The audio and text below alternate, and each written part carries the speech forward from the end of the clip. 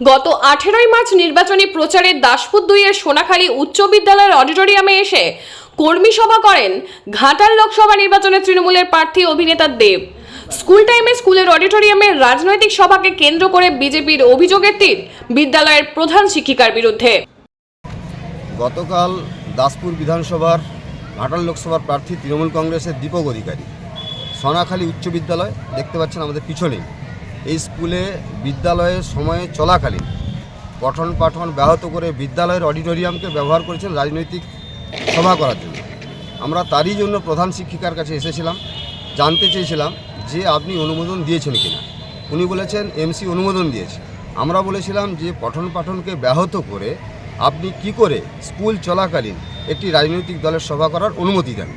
উনি সদুত্তর দিতে পারেননি।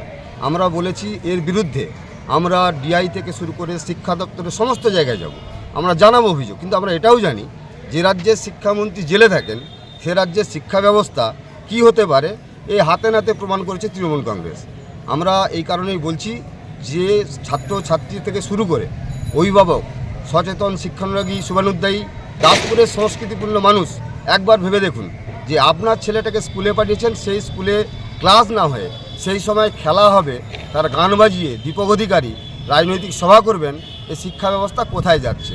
লজ্জা, ধিক্কার জানানোর ভাষা নেই। কি বললেন বিদ্যালয়ের প্রধান শিক্ষিকা শুনে নেব। বিজেপি তরফ থেকে একটা অভিযোগ আসছে, সম্ভবত আমরাও সেটা হয়তো অনেকে জানি যে সম্ভবত স্কুল চলাকালীন কোনো রাজনৈতিক অনুষ্ঠান করা স্কুলের মধ্যে সেটা হয়তো নিয়ম নেই।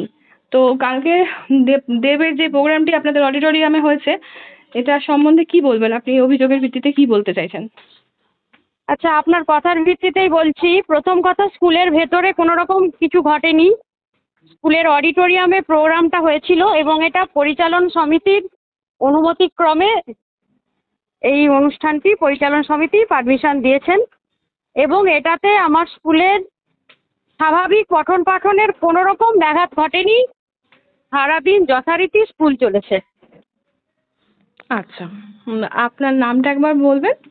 আমার নাম Malabika Pal, HM Sonakhali high school.